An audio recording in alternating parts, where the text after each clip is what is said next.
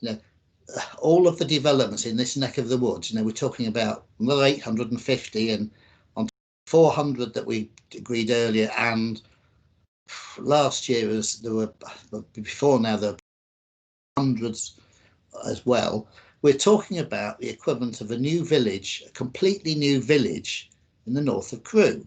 It's as big as I'm trying to think of a comparable a settlement of comparable size, and the one that comes to mind actually is Shavington. I mean, Shavington probably has a couple of thousand dwellings within Shavington, although that's growing all the time, as Councillor Edgar will attest. These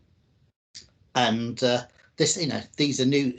This is 1,250 houses today, and there's been hundreds before now, and it needs a new school in that area. And basically, it's being said, well, it's going to be sort of blithely, we're going to be £3 or £4 million short of that. And I know we can't get into discussing finance, and somebody will say to me, this is not a material consideration. For God's sake, in real life it is.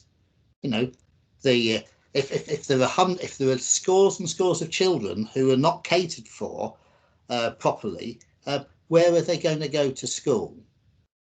Absolutely basic. They've got the hospitals on the doorstep, which is a real big plus for people in that area, I guess. But where are they going to go to school? How's that all going to work? Does it mean that children, not just primary school children, but secondary school children, we're going to finish up where are they going to go to school? They're going to go to Nantwich? I rather doubt it. I really doubt it, because the schools in Nantwich are probably full, and so are the schools probably in Crewe. It leaves so many unanswered questions. I'm sorry to say that as it stands, I'm not prepared to vote for this to approve this application. That's my own view. Thank you.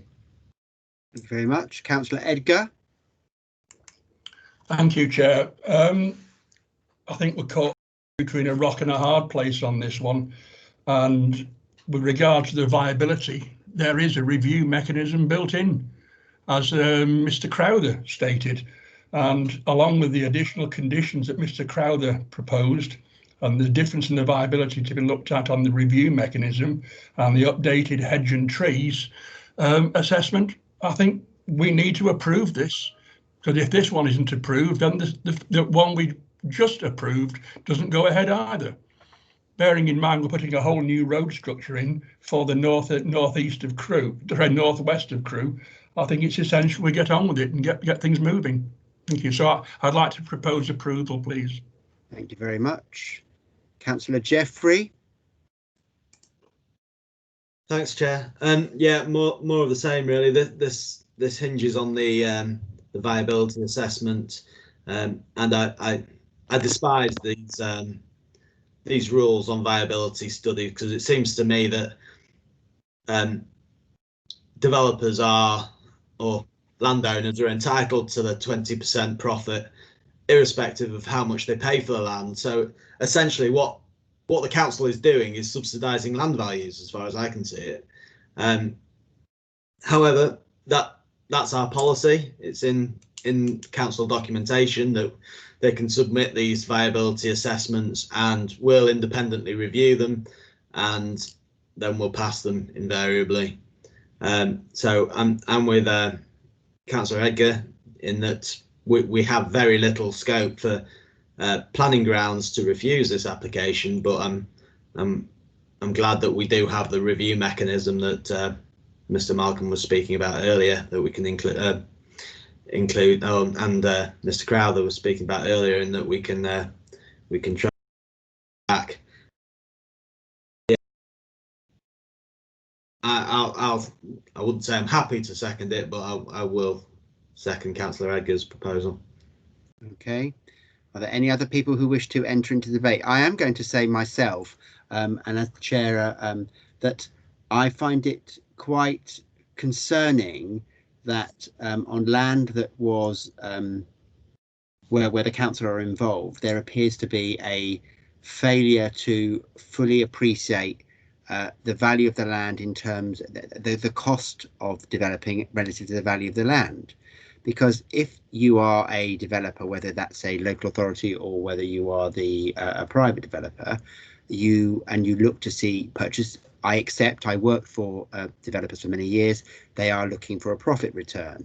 But when the land was sold, one would assume that given it's a greenfield site, not a brownfield site, many of the additional costs that we've been told about would have been aware of at the time. So I would question whether or not there was a problem further up the food chain before we got involved as a strategic planning board in the valuation that was put on this land and the amount of money that it was sold for. So to ensure that it was a viable proposition. Right, so we have a proposer and a seconder. There is no further indications of any further speakers, so I'm going to ask the Chair, officers. I've actually raised my hand. It's not indicated. I can see it now on the screen. Councillor Groves, if you'd like to come in now, and then I was going to go to the officers. And if you'd like to come in now, go on, Councillor Groves. Well, thank you very much indeed, Chair. I really just wanted to. I also agree with the points you've just highlighted, but I also agree with my colleagues, Councillor Jeffrey and Councillor Edgar. And if Councillor Jeffrey hadn't seconded the proposal put forward by Councillor Edgar, I was going to do the same. Thank you, Chair. Thank you very much. Mr. Crowther or any other officer, do they want to come back before I go to the vote? Certainly, Chair. I don't think I've got an awful lot else to add, other than the fact that, please remember, members, that this application has been looked at by two separate viability consultants, and although the results of the second one were somewhat disputed, the general conclusions they were coming to were very, very similar in terms of the numbers. So effectively what they're saying is, because of the constraints of the site in terms of the costs associated with it, bearing in mind they are providing a substantial contribution towards the cost of the road schemes in this area, which obviously are costs associated with development, that the scheme can only viably accept the 10% affordable housing and the numbers that are set out in the report. They are, as Councillor Hogben put it, substantially less than what we would like to see in terms of our policy requirements. However, they are what they are. And unfortunately, if we want to see this development come forward, the best advice we've had is, unfortunately, that is the cost associated with it. Whilst in an ideal world we would like to see all these full contributions, that is unfortunately not the case here. Now, it is a greenfield site. I accept that. It's not an undesirable area, and there would seem on the face of it to be very few constraints. But unfortunately, there are other costs associated with this development. One of the points I just wanted to raise was in terms of the educational contribution. Please don't forget that the school site is being provided as set out in the report. So a service site will be provided for the school as part of the development, because obviously that would meet some of the costs of developing a school site. Clearly it doesn't meet the educational requirements as set out in the actual numbers, but they are providing the site for the school. So that is quite an important factor and quite an important cost associated with it. So I haven't personally got anything else I can add to that, I don't think, unless David Malcolm's got anything he wants to touch on. Thank you. Mr. Malcolm, do you wish to add anything? No, nothing, Chair. I think we just go to the vote. Thank you. Okay, and Mr. Hurdis, are you happy that you don't need to add anything either? I'm happy I don't need to add anything. Thank you, Chair. Okay, and unless I'm told otherwise by the legal officer, I now intend to go to the vote, starting with Councillor Anthony Critchley. Against. Thank you very much. Councillor Steve Edgar. For. Councillor Ashley Farrell. Against. Councillor Peter Groves. For. Councillor David Jeffrey. For. Councillor Rob Morton. For. Councillor Patrick Redstone. Against. Councillor Jacqueline Wetherall. For. Councillor Phil Williams. Purely on the logic of how I voted last time, I'm going to have to vote for, but with not a great deal of enthusiasm. And I am similarly, with reservations, going to be voting for. I haven't had a chance to vote, Chair. Oh, that's because sorry, Councillor Hogben, I jumped a line. Against. Thank you very much. Can I ask for confirmation from the clerk of whether or not that was carried or not? Yes, Chairman. 7 in favour, 3 against. Thank you very much. Okay, we will now progress to the next item unless anybody's got anything they wish to do to prevent me doing so. Sure. Chairman, I've got a question that, but my recollection is that Sorry, 4 against. for Thank you very much. I must admit, I didn't. I must admit, I thought there was one more against, but I wasn't taking count, so that's why. So thank you very much for the clarification.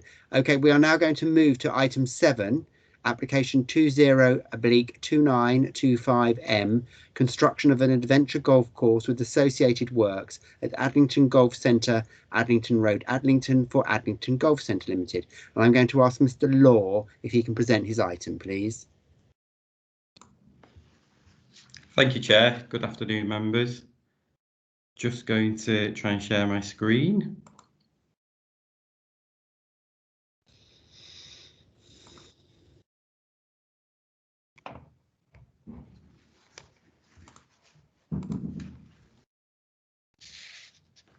Chair, could you just confirm you can see that? I can. Thank you very much. Thank you. So this application relates to which is located to the southwest of Adlington Business Park near Poynton. The application relates specifically to the original 9-hole graduate course, which is here, and it measures approximately 4.5 hectares in size. The land sits directly to the west of the proposed Poynton Relief Road, which you can see is indicated on this location plan, which will run into from a north to south alignment. The site is within the Greenbelt and is also within a safeguarding area for Manchester Airport. As you can see, it's accessed via its own track from London Road here. So in terms of the aerial image, that just gives an indication of its proximity to Adlington Business Park here.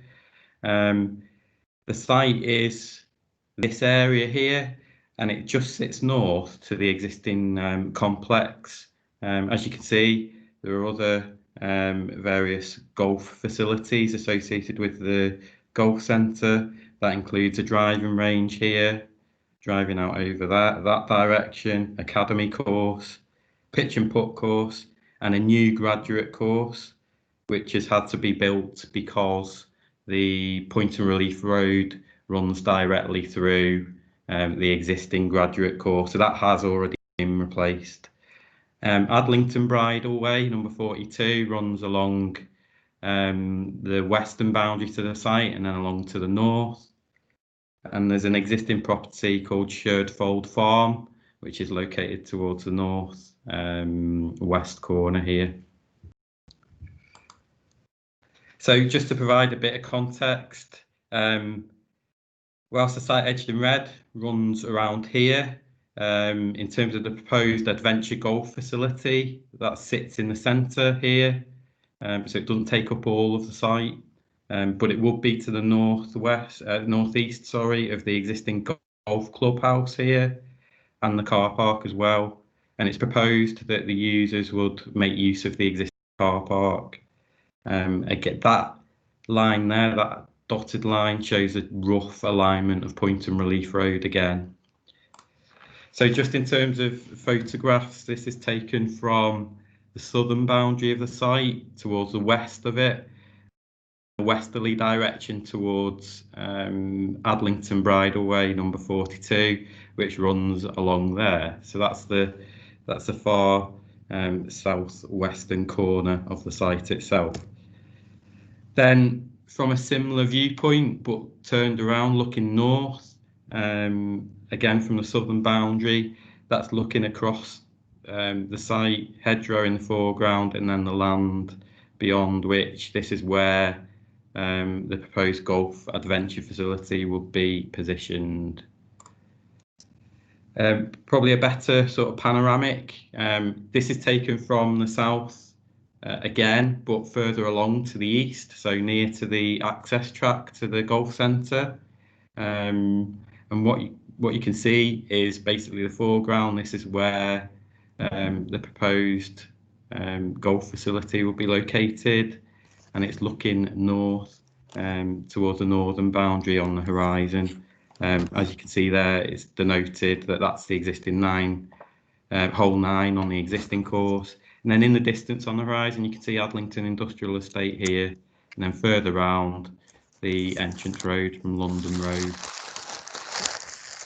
So moving north to the site, sorry members, moving north to the site, this is taken from the far northeastern corner. Looking back, you see Adlington Business Park here. This is where Point and Relief Road would run, and in the distance this is where the Adventure Golf facility would be located. So again, looking in a southerly direction.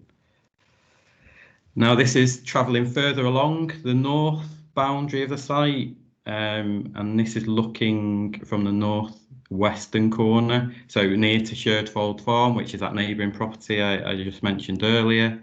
This is looking in a southeasterly direction in the distance, and this denotes the rough position of the and extent of the proposed adventure facility. You can see there faintly the nets for the existing driving range, and this is the bridleway, Adlington Bridleway number 42, running along the western boundary to the site. So in terms of the proposals before members, it's for an 18-hole adventure course, which would take on an Australian theme. As you can see here, there would be a clubhouse associated with it, with general footpaths leading into the course itself. And then the various holes would be themed, again, along the Australian themed nature. So you've got things like, as you'll have seen in the report and the key plans, you've got things like Ayers Rock, which is on this hole here, Sydney Opera House.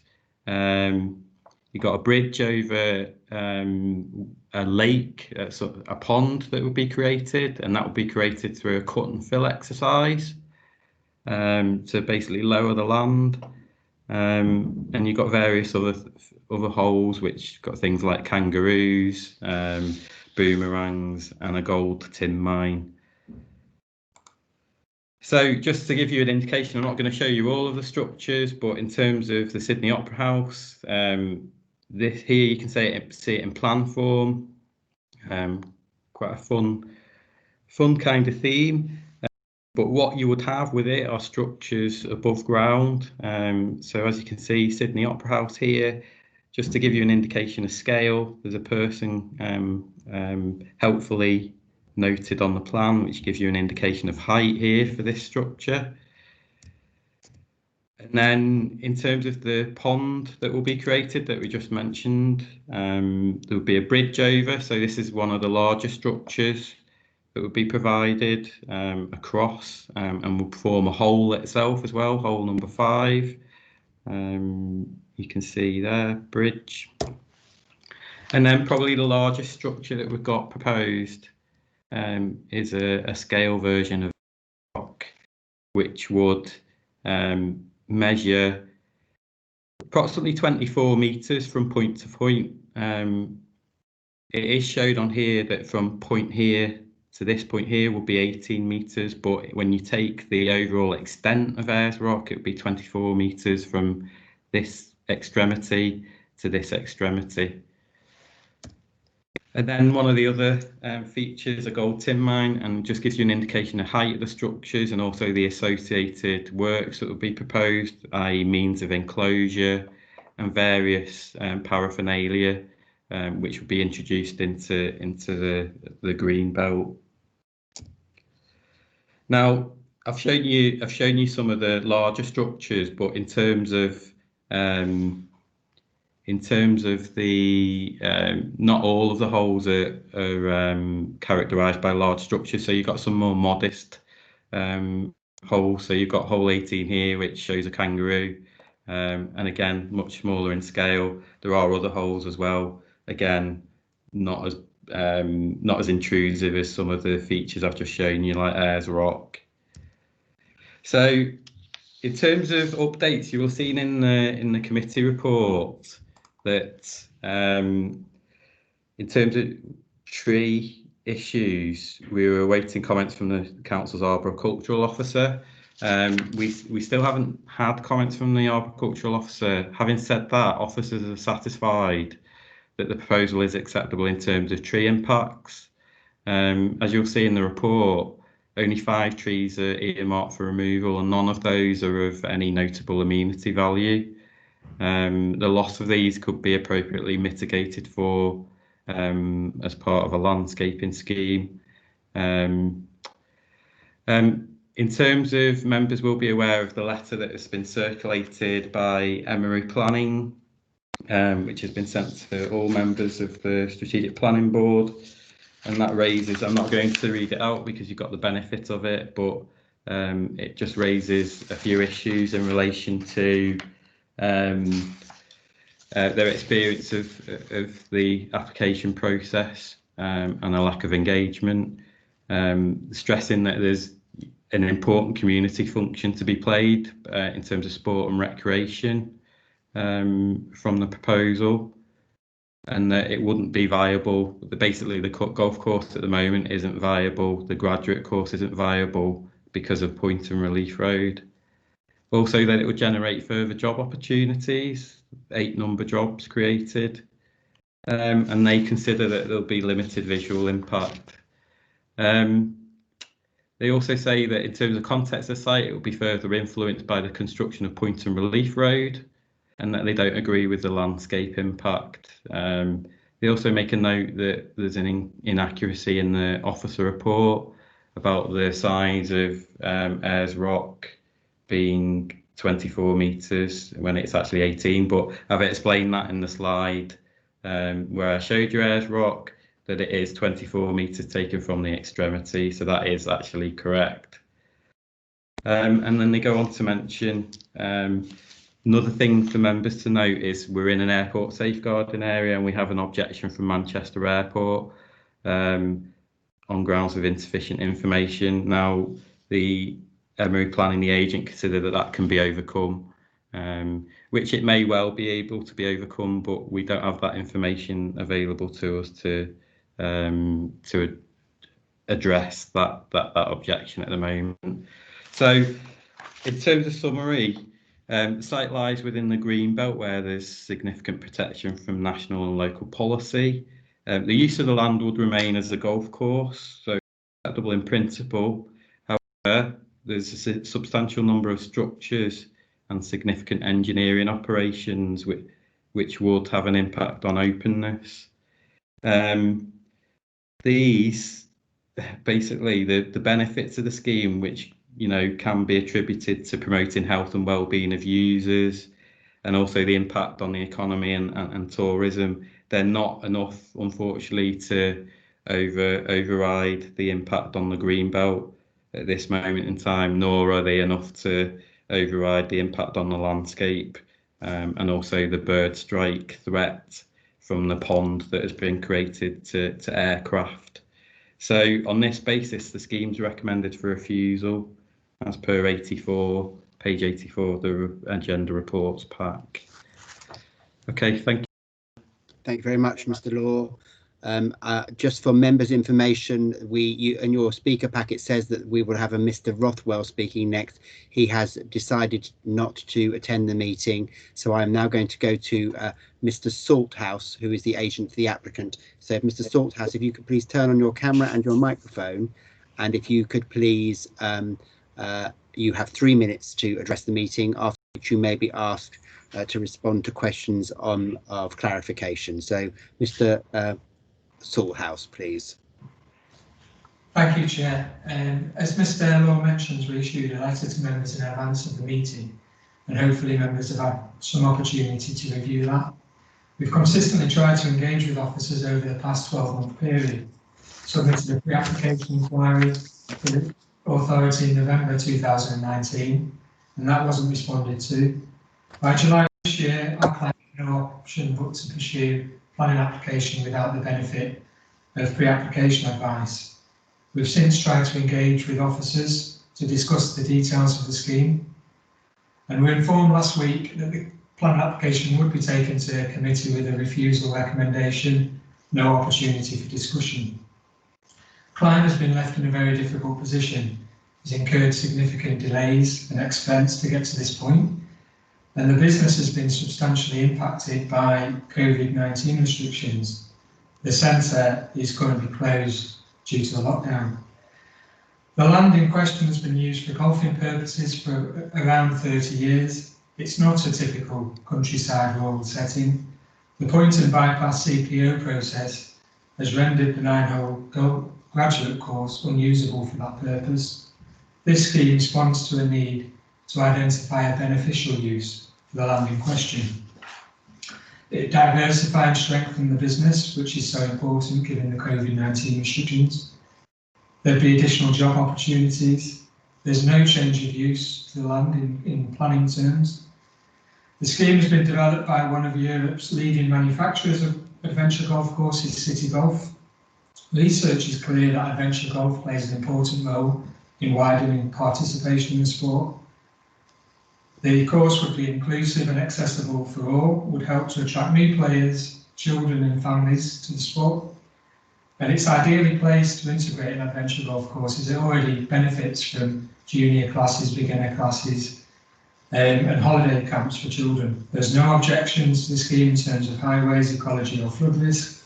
In terms of greenbelt policy, the structures would be modest, mostly below ground level, seen within the context of the bypass, Woodford Garden Village and 10 hectares of land at Adlington Business Park coming forward for employment purposes. The scheme wouldn't comprise an appropriate development in the Greenbelt. The objection from the airport is based on a misunderstanding of the scheme. The plans are sufficiently detailed and clear. Should members feel there's a need for further clarity, planning conditions can be attached in the usual way. The business is an important community asset. It's been operating on a pay-as-you-play basis rather than private membership since the 1990s, and we'd ask that members grant planning permission this afternoon. Thank you very much, Chair. Thank you very much. I have one question before I ask for anybody else. I'm going to take Chairman's prerogative, and that relates to the children's. You said there was a holiday camp. Yeah. Can I just clarify, when you say holiday camp, you mean that they are the children go there on a daily basis? There's no residential on the site. Sorry, Councillor. Thanks for the question. That's right. Yeah. In the school holidays, they have junior classes all year round, and then in the school holidays they have what's called a holiday camp where school children will come every day. That's right. Okay. Right. Councillor Redstone, I see you have a wish to ask a question. Yes, indeed, Chair. Thank you. Could you please tell me how many jobs this application will create and how many it will safeguard? Thank you, Councillor. The scheme would directly generate 8 jobs altogether, full-time equivalents. So that's 6 in terms of customer-focused jobs for the course, and 2 maintenance staff as well. In terms of the number of jobs that the centre currently employs, I don't actually have that information to hand at the moment, unfortunately, but it is a significant number. But it's not just the golf centre itself; it does employ, it has wider benefits in terms of the wider economy. So, to answer your first question directly, it's 8 jobs created as a result of the Adventure Golf Course scheme. That helps. Thank you. Thank you. Thank you. Are there any other questions for Mr. Salthouse? I'm not seeing any indication. Just for members' interest, at the moment, I can't see all members' information on the screen. So if you have an issue, can you let Sarah know? Thank you very much. Thank you very much, Mr. Salthouse. Please, can you turn your camera off now? Thank you, Chair. Thank you very much. And your microphone. Thank you. Right. Are there any questions to officers, please? Oh no, sorry. Do officers wish to respond to any of the public speakers? Then it's questions to officers. I've jumped a line. Mr. Law, do you wish to come back on any of those points? No, thank you, Chair. Okay. Mr. Law, before we go any further, can I just ask you, Mr. Salthouse made reference to the fact that there hadn't been a lot of communication. Is this because that this wasn't considered necessary insofar as the application was not amendable, shall I say, or was it just a case of are we being misrepresented with the facts here? No. To be fair to the applicant, they did submit a pre-app to which, we'll be honest, we didn't formally respond to, and then they submitted the application. But in terms of the application process, we have communicated that with them. That has also involved a meeting between the landscape officer and the applicant's landscape team. Unfortunately, the landscape officer still considers that the proposals can't be adequately amended in the current form to address his concerns. So what we've said to the applicant is we're happy to have a discussion about a proposal moving forward, but it would require such amendment that it would take it beyond the scope of the current application. So we're happy to have a talk about it, but not under this current. Hopefully that helps. Thank you, and obviously the applicant would have had the opportunity to withdraw the application once you told them it was recommended for refusal if they wanted to. Yes. Yeah, thank you very much. Okay, are there any other questions? Is there any other point you want to make? I'm assuming Mr. Hurders doesn't have any comments on this. Mr. Malcolm, do you have anything to add? No, Chair, nothing to add. Okay, thank you very much. In that case, I am now going to questions to officers, please, from members of the board.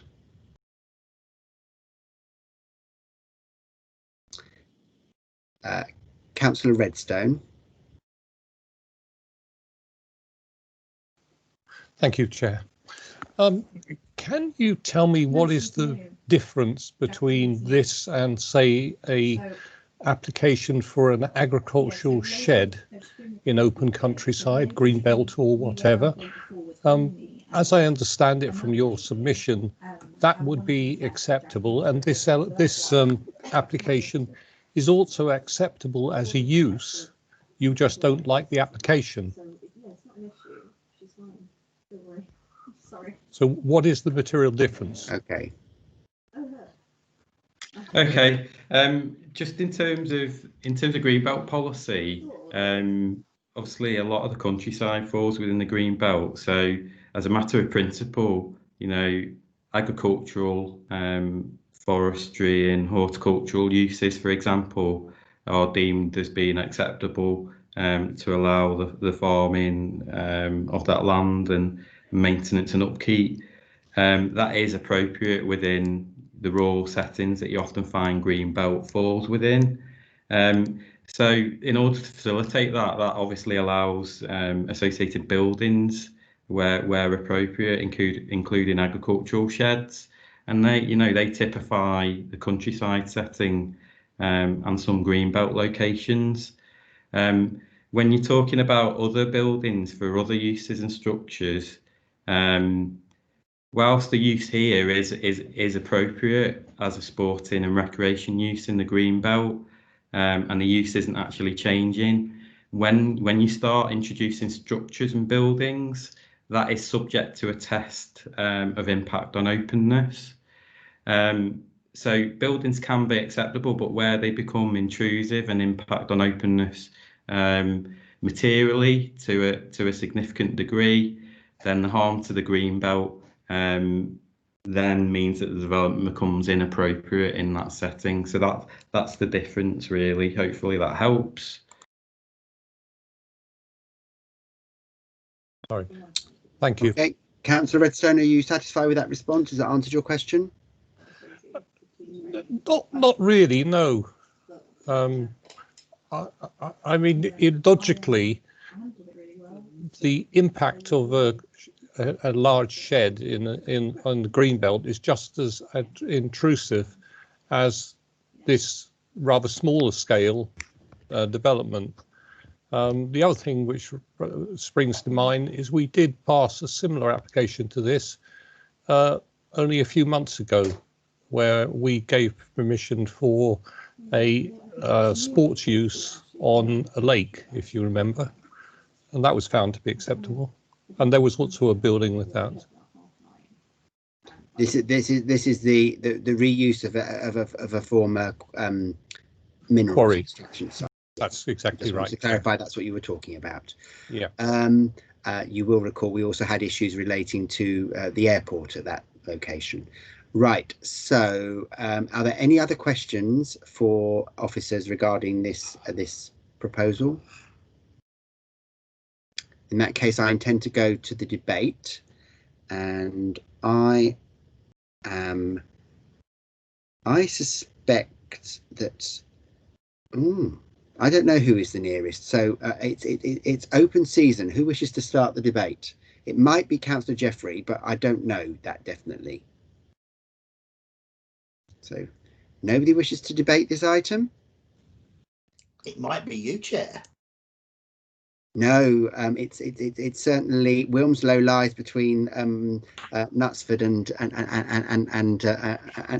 Adlington. I can assure you, because when I used to have to go to Adlington for work, I used to travel on the edge of Wilmslow to get home. So that would be my. There's no Maccles. Oh, and actually, it's Councillor Farrell that's nearest, because he's in Macclesfield.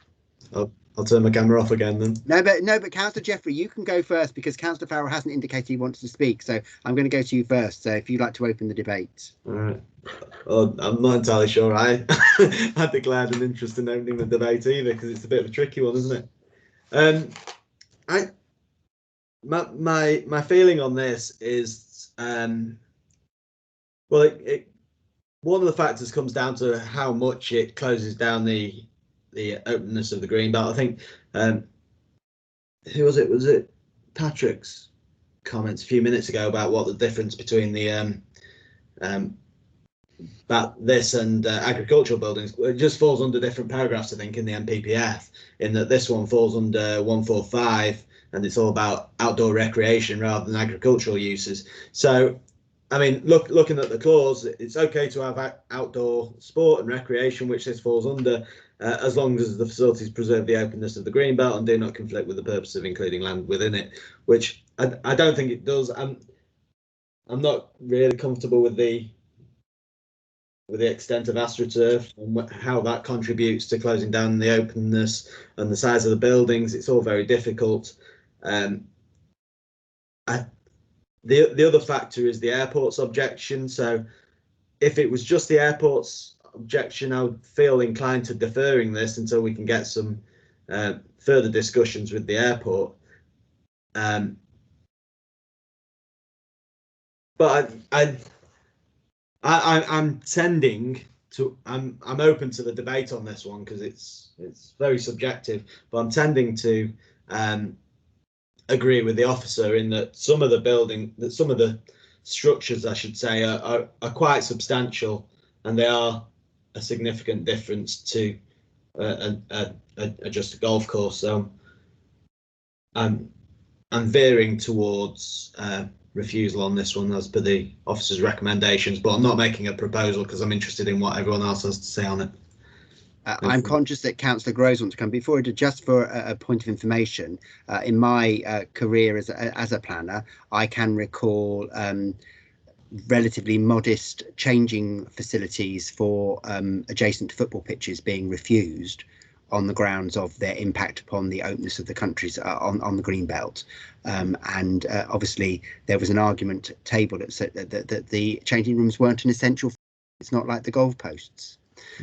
So it's interesting how these things are reviewed. I will admit that was not in this part of the world, but it was still a green belt location. So Councillor Groves.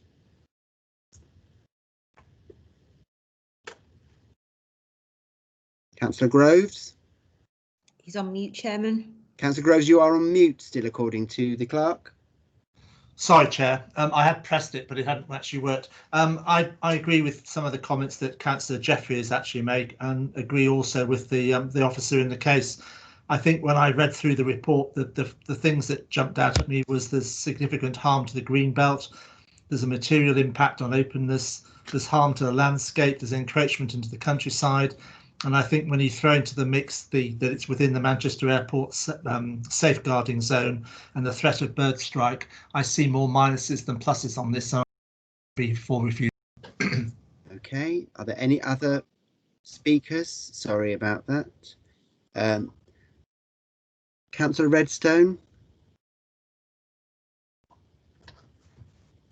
Well, my comments are that the first thing is this will create employment, 8 jobs, and I would suspect that it will help make the golf course viable.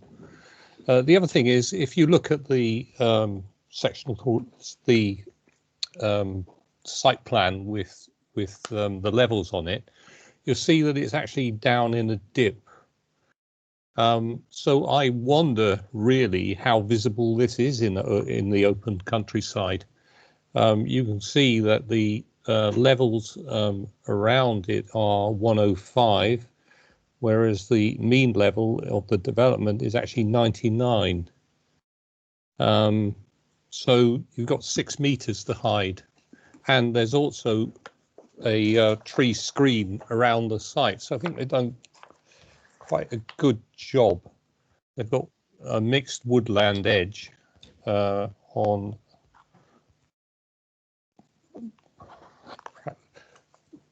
practically on half of the site. So, but I am particularly in these days of economic hardship, I am very keenly aware of a job creating opportunity for open countryside. The other thing is that there's been a road built down the side of this site, if I understand this site plan correctly. So that aspect of open countryside has been lost anyway. But I'd like to hear everybody else's views as well. Okay, Councillor Farrell.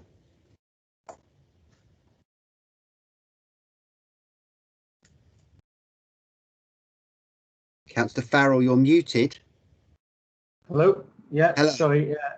Just thought I'd obviously give my understanding from my perspective as someone who travels past this area quite often and lives quite close. Yeah. If this was obviously it's a difficult one because if I understand obviously it's in the green belt and any other place it'd probably be a bad idea, but in context of where this actually is, it's obviously the golf course there's already Addington Golf Centre there, and just across the way there's also another golf club. So it's in the context of where it's not unusual to expand what's already there.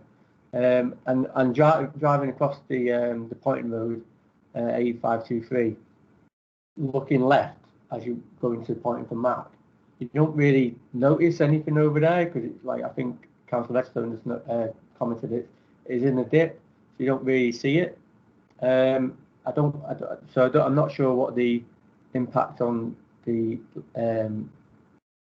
open countryside would actually be for people travelling along the road. I don't know what I don't think there's any housing or residential anywhere there because obviously on the other side of that was Woodford Airfield. So yeah, it's I think obviously I can understand the officers'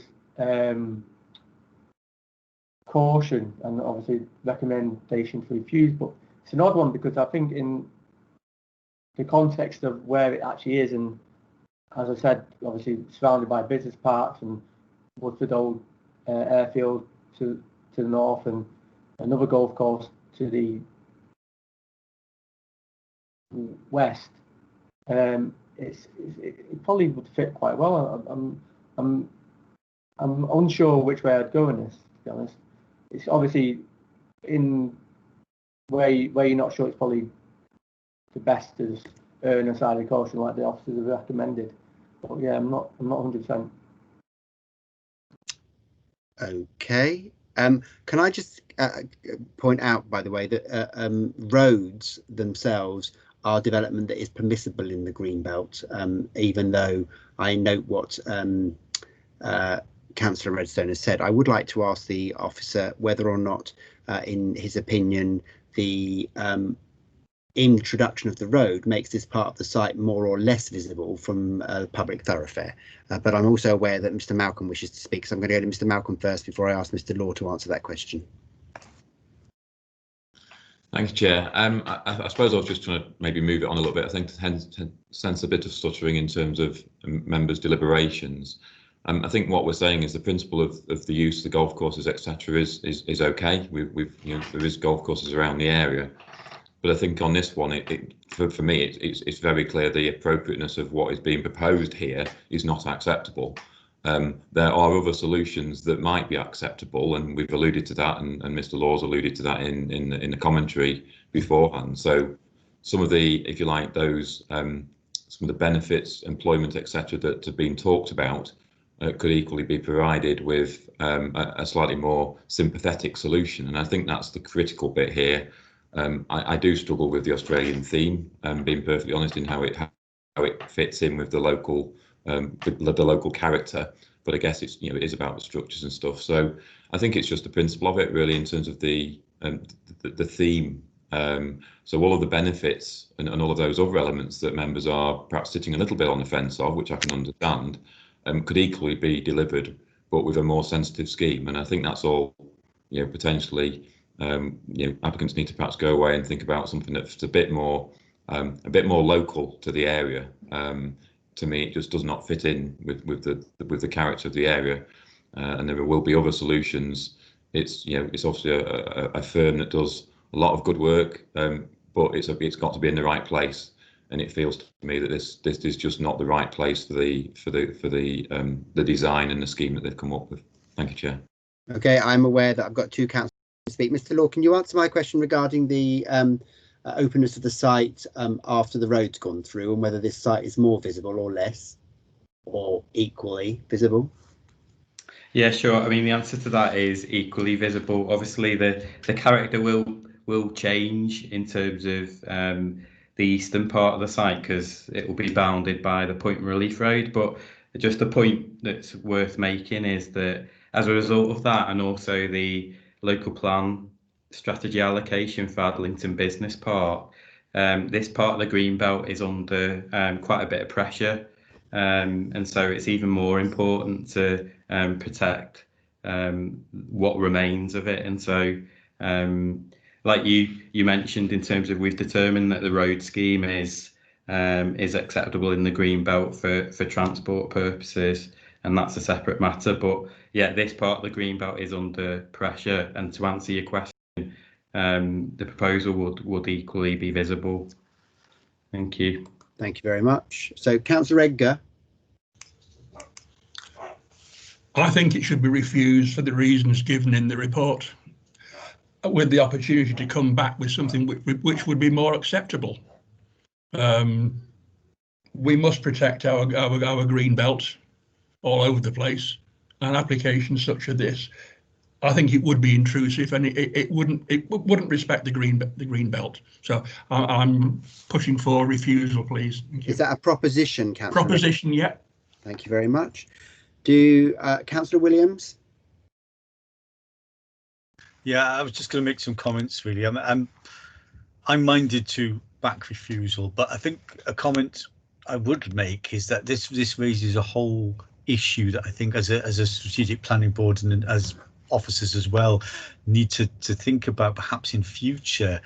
And we were debating the white paper recently, weren't we, with design elements and things in there, because I'm very glad that Mr. Malcolm said what he did, because I think this comes down to a sort of an issue of taste, essentially. I've got to be honest, it gave me a good laugh looking at the proposals and thinking, is this appropriate in a greenbelt area? I would quite like to have a dunny with a sign telling people to go away, but I'm not sure I'd want it sort of in a public place. Saying that, the location doesn't seem to be that, we're not talking about sylvan rural area which is all strikingly scenic. It's surrounded by roads, it's surrounded by other developments. What I would worry about, though, if we approved it, would be setting a precedent, and that we could end up with sort of crazy golf and wacky kind of developments in more sensitive areas. If we were talking Peak District National Park, we wouldn't even be having this conversation. But I do think, and I do have some sympathy with what Councillor Farrell said, and also Councillor Redstone, in terms of the decision we are making is affecting the viability of a business, and I think we need to be cognizant of that, and whether or not we like Ayers Rock models and kangaroos and things and crazy golf is that's irrelevant to it. But I do think we need to, as a group, to think about what is appropriate development and where. I think that's a significant point that we really need to look at in the future. But I am minded in this particular case to refuse it, but on the grounds of setting a precedent. But I would like to see some kind of proposal of employment, innovative use here, which is more fitting to the local character and landscape. I think that would be a good development. I'm not sure what we're seeing in front of us satisfies that, though. Okay, I have a proposer. I am happy to second that proposition. My concern is that this is a site in the Greenbelt, and whether it's Australian or indigenous structures that are employed, they would equally have a impact on the openness and character of the Greenbelt, in my opinion, and therefore it is appropriate that the recommendation put forward by Mr. Law should be for refusal, and so that's the reason why I'm going to second the refusal. And I will now check whether the officers wish to come back before I go to the vote. No, thank you, Chair. Thank you very much. I will check that there is nothing else that I need to do with regards to the legals. Unless Mrs. Folan tells me otherwise, I will progress with the roll call. No, carry ahead, Chair. Thank you very much. And I am advised that Councillor Critchley may have left the meeting. So is that correct? Right, okay. Yes, Chairman. So I am going to then start with the voting of Councillor Edgar. This is for refusal. So for refusal. For refusal. Thank you very much. Councillor Farrell. For refusal. Councillor Groves. For refusal. Councillor Hogben. Not voting. Thank you very much. Councillor Jeffrey. For refusal. Councillor Morton. We're for refusal. Councillor Redstone. Not voting. Councillor Wetherall. For refusal. Councillor Williams. For refusal. And I'm also for refusal. Sarah, can you confirm whether or not that was that carried or not? Yes, Chairman. Hopefully I'll get the figures correct this time, but I believe it's 8 in favour and 2 not voting. Thank you very much. We'll now move to item 8. Thank you very much, Mr. Law.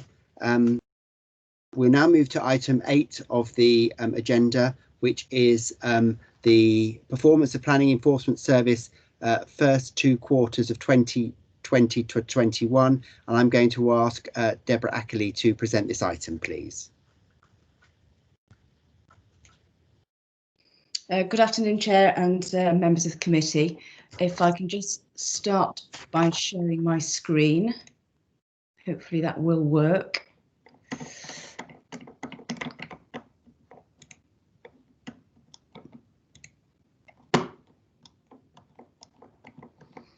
Chair, can you just confirm that you're able to see my screen? Not at this moment, no. Moment, right, okay, let's just...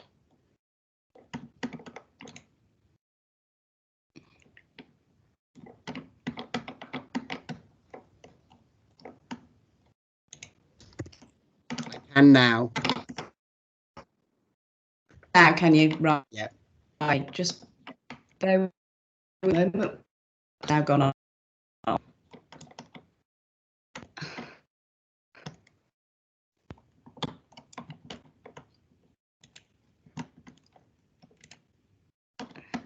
Right. Okay, I don't intend to keep members for too long on this because obviously you've had a lengthy meeting already. What I propose to do is just really go through the tables which we have in the report, which you have before you, just to go through a few of the basic statistics for the enforcement team. As you can see from chart 1, we have the details here of the type of breach that's been reported to us by, in the main, members of the public, but also members themselves in relation to alleged breach of planning control. You'll see that by the biggest proportion, by some margin, are those breaches relating to unauthorised operational development, i.e. where someone has built something without the benefit of planning permission. So the 303 cases received, they related to operational development, which is actually 55% of the total cases that we received during this period. The next most significant proportion would be material changes of use, then going down to non-compliance with planning conditions. If we then move quickly on to chart 3, this then goes through the reasons for closure of reports during the reporting period. The majority of those cases which were closed within this period related to alleged breaches which, after investigation, were found actually not to represent a breach of planning control, i.e. they weren't development or they were permitted development. So as you can see, a lot of things that the members of the public will bring before us, which they think ought to have the benefit of planning permission, aren't something which lie within our control. That can often lead to frustrations, but we will do our best to signpost people to the correct authorities or bodies that may be able to deal with their concerns. In many instances, they may be civil matters and they would have to seek their own civil redress through the legal processes. Chart number 4, we're looking at reasons for closure of the cases between during the reporting period. Again, 51% is the representation in percentage-wise as to why cases were actually closed, which once again, as you can see, is a significant proportion. As members will no doubt be aware, we break down the cases that we receive into priorities, and that dictates how quickly officers can get out and visit them. So we have priority 1, 2 and 3, priority 1 being the highest, and that being attributed to those cases where we believe the most significant harm may be caused or may have been caused. The majority of cases that we look at fall within priority 3, i.e. where there has been a breach of planning control, but where we believe there isn't significant harm, but that doesn't mean to say we're not going to investigate it and we're not going to look at the expediency of taking the appropriate action where it should be necessary. Obviously, members will have some regard to the fact that during the first part of the reporting period, we were actually in full lockdown, which has some bearing on the number of enforcement notices that we actually serve within that period. It's only 2 notices. However, we had to have due regard to the circumstances which we found ourselves living within during that period, and also looking at the possibility of people actually complying with the requirements of enforcement notice during the restrictions we had imposed on us during the full lockdown. Obviously, we're in lockdown once again, but the restrictions aren't quite as significant as we experienced towards the beginning of the year. However, during that time, it's noteworthy that we actually managed to issue a temporary stop notice and also gain an injunction as well, which was in itself quite a Herculean task and not without its pitfalls and constraints, given that we were in lockdown and under further restrictions. So I think that's obviously a testament to the tenacity of the team in pulling all the information together, getting to deal with new systems, i.e. virtual court processes, and getting the injunction secured. So those are the main sort of headlines that I wanted to put to you. If anyone has any questions with regards to that, I will leave that with you, Chair, to to direct those. Sounds like you're having problems with your computer. Yes, I'm having fun and games with it at the moment. It's not playing ball, as they say. Okay. So bear with me on that one. If you stay there, I will see whether or not there are any questions for you about your report. Okay.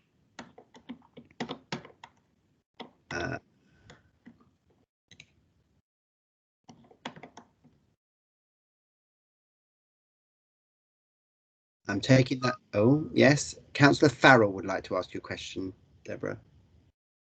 Councillor Farrell? Thanks, Chair. Thank you, Deborah, for the report.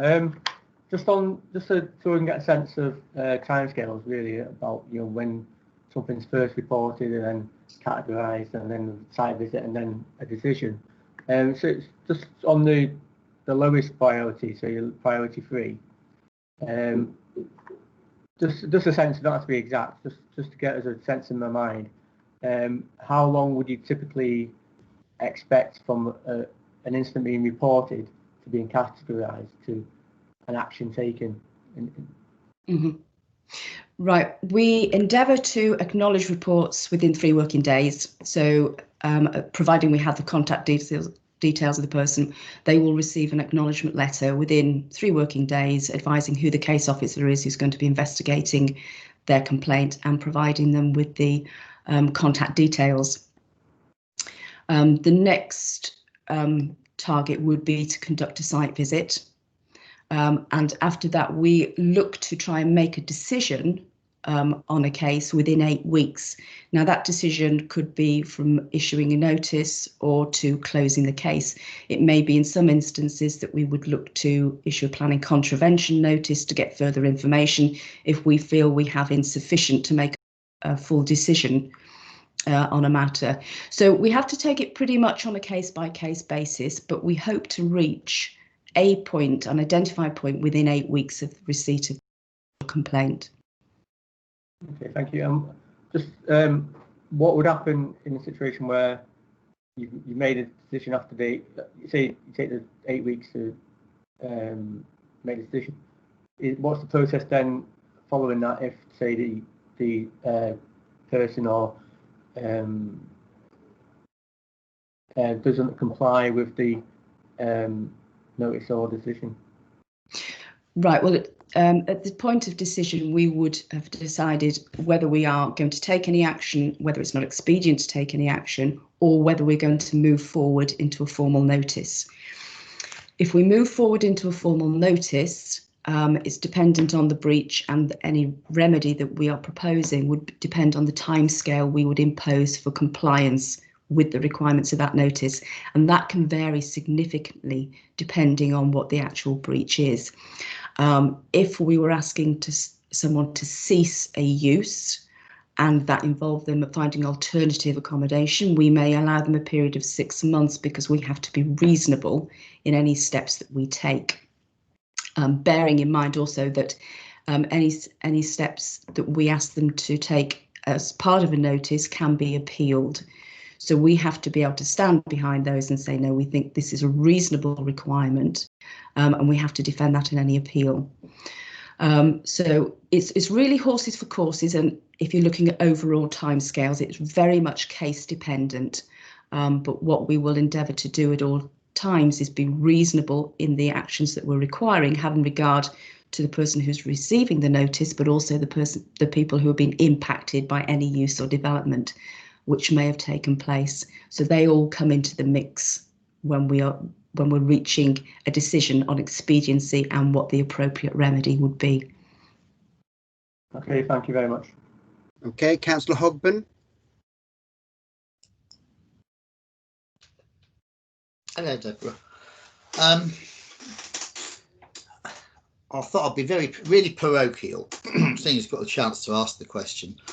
In the appendix, it lists, it's got a status report about cases where formal enforcement action has been taken, so you know what's coming. The Cruise South, I thought I'd be really parochial. And it picks up a couple of properties where untidy land notices were issued. Mhm. And it says here compliance was due nearly 6 years ago, 2015. And and the concern is there then, like there's probable hoarding activity. So that goes an awful long time. Now these two properties, well, that'll be opposite Rail House in Crewe, pretty prominent on a main road. But are there many more cases? Because I'm certainly aware of, well, I can think of one well-known case which you're probably familiar with, but I mustn't mention in public, I don't think. There's certainly one case only just around the corner from there, shall I say, which has been repeatedly the subject of action by the council to and spent thousands and thousands on removing heaps, literally probably tons of rubbish because of the public health nuisance, rats and so forth. Seriously, rats running free in a house. How extensive is this problem of hoarding in your experience? That's aside from those two particular items. It is something that we come across, particularly in relation to reports of untidy land. And where people have hoarding tendencies, it is a recognised mental illness, and we have to approach it having regard to those issues and possibly bring in other bodies and look at safeguarding issues as well. So untidy sites are not necessarily as straightforward as they may be, because it depends who we're dealing with. So in those circumstances, we become less of an enforcing, or have less of an enforcing role, more of a role of looking at how we can assist someone who has those tendencies and what other agencies that we maybe need to bring into account to have a look at those things. So we are, if you like, a small part of that process, and it may well be that the planning legislation isn't the most appropriate legislation to use, and it's rather than use the stick, let's try and use the carrot and bring other agencies in to deal with those. I appreciate what you're saying about the two that are on the list have been there for some time, and it may be a conversation you want to have with me outside this arena with regards to those particular circumstances. Yeah, could I just ask another question, Chair? Yeah, it's one that I probably will pursue outside of the meeting. I can think of another prominent site within Crewe South Ward, which was subject of a planning approval. And I remember raising the issue about this particular property, that it was quite a notable location, but it didn't strike me that the terms of the approval had been met, i.e. that it should be, if you like, a decent job, something that was presentable. Now, in my opinion, a lot of this could be taste. Although I have to say that uncovered breeze blocks is not my idea of architectural heritage. Anyway, you can probably guess the site, but anyway, I'll deal with it separately. Now, when I approached that before, the response I got from the planning department was, well, the development is still underway, and it took a long time, and it's partly occupied now, finally occupied. How long do I have to wait before I say, or do we have to wait before we can be satisfied that such developments are actually finally finished, and then we can go back and actually see whether they've met the terms of their planning approval? Yeah, it's an interesting point that you raise, and something that we do grapple with from time to time, because whilst you have a time limit on the implementation of a planning permission, there is nothing that says normally when it must be completed. And that's the difficulty we have. I mean, there are such things as completion certificates, but it really is opening a whole hornet's nest, if you like. So in circumstances like that, we are better to try and use persuasion to get developments to a satisfactory conclusion, because it's far from a straightforward process if we were to go and try and get it completed formally, because some things will fall outside the scope of we issue, i.e. development's already been carried out. So it becomes very involved and doesn't necessarily achieve the results that we want it to achieve. So yeah, persuasion is the better route to take in circumstances such as that. And I appreciate that not all people are open to engaging with us, and that can be problematic. Yeah. Okay, that's good, because I mean, I can think of the odd case where the persuasion I might be inclined to use myself as a ward councillor would be just to go to the press and say, look at the mess they've made of this. What do you think of that? And then at some point, somebody would then come and ask the council a question: what are we doing about this? But and that, you know, it's this particular case. It's not a huge item, but it's an example of the problem that you can face, especially on prominent sites on main roads. Anyway, I'll contact your staff outside of the meeting. But thanks a lot. Thank you. Before I have called Councillor Redstone to ask his question, can I ask the councillor's lawyer to advise on whether or not the approach that theoretically Councillor Hogben may have taken is appropriate, or whether or not it is prejudicial to the council's position? No, I haven't been to the press. No, I'm not suggesting that you have. I'm merely suggesting that you were asking a rhetorical question for which we might ask for a legal response. Okay, Chair. Hi, Chairman. I think my general comment is that we need to this report is a general enforcement report, and therefore there shouldn't be questions about specific areas or specific properties. It is a general report from Mrs. Ackley about the performance of the service over the last 6 months. So I'm sorry, I do not agree. Questions need to not be on specific sites, really. General questions are fine in terms of the report. Right. Sorry, Chair, I disagree in one respect. I can, yeah. You know, this is a public document. It cites particular cases and it says what's in hand. And I have used those from my own ward as to say, well, is that a general issue? You know, and that, rather than saying, what are you doing about this or that address?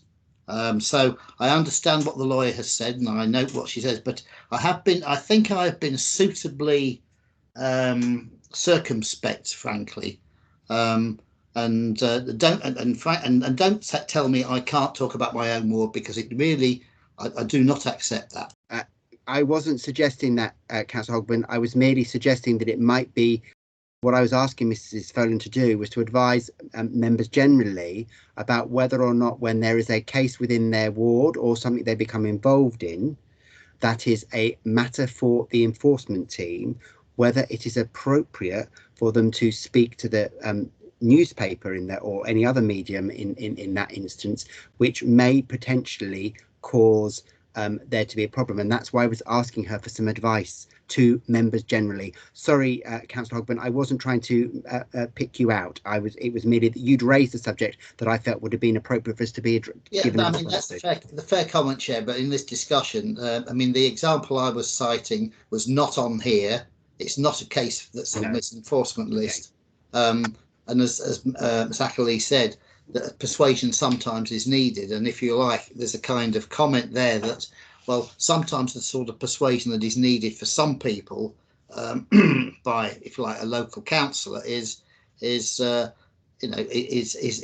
basically to shame them. It's name and shame. Simple as that, without defaming them or questioning their reputation. I understand where you're coming from. So, Councillor Redstone. Thank you very much, Chair. Can I just ask the officer, you have in your chart 3 a heading which is action not expedient, which suggests to me that you must have some guidelines in place which suggests that you have the flexibility to do nothing, if you think that's correct. Is that so? Yes, it is. Basically, enforcement action is discretionary. So to carry out development without planning permission isn't actually an offence, it's a breach of planning control. The Planning Acts specifically make the facility there for people to apply in retrospect to regularise development if they haven't first obtained planning permission. So when we are looking at whether or not it is expedient to take enforcement action, we have to ask ourselves the questions, well, had an application been submitted, is the likelihood that it would be granted planning permission without the need for any specific conditions attached to it? If the answer to that question is yes, then it wouldn't be expedient to take action. There is no harm being caused by that development, or no significant harm. I see. Where we are looking at something where there is expediency, that's where there is demonstrable harm, and where we can support any decision we make to take enforcement action by demonstrating exactly what that harm is, how it's been caused, and what impact it's having. So yes, it is discretionary, and we make that decision on a case-by-case basis. Okay. Thank you very much. Okay, I have no further indication of any people wishing to speak. I can see no. Can I just check, because obviously at the moment, because Miss Ackley's screen is in front of us, I can't see if there are anybody else. So can I just double check that those who can see the entire membership screen, that there aren't any hands that I've not been able to see? No, Chairman, I can't see any. Thank you very much. In that case, although the script would indicate that I need to have a roll call, as this item is only for noting, it is not my intention to do that, and I think members have had sufficient time to exercise. I would caution that if any of you are aware of sites that are within your wards that need to be, and you are concerned about thing, that you speak to Miss Ackley or one of her team first before you take matters on as a local member, because you might find that that causes you more problems than it seeks to resolve. So that was the purpose of my intervention earlier on. So I apologise if I embarrassed anybody or caused any problems. So that is the end of today's agenda. So I would like to thank members for their time this evening, and for all those officers who have assisted us in our deliberations. And I hope that the chair is soon recovered from his reason for not being with us today. So that is that. Many thanks, Chair. It's okay. Thank you. Thank you.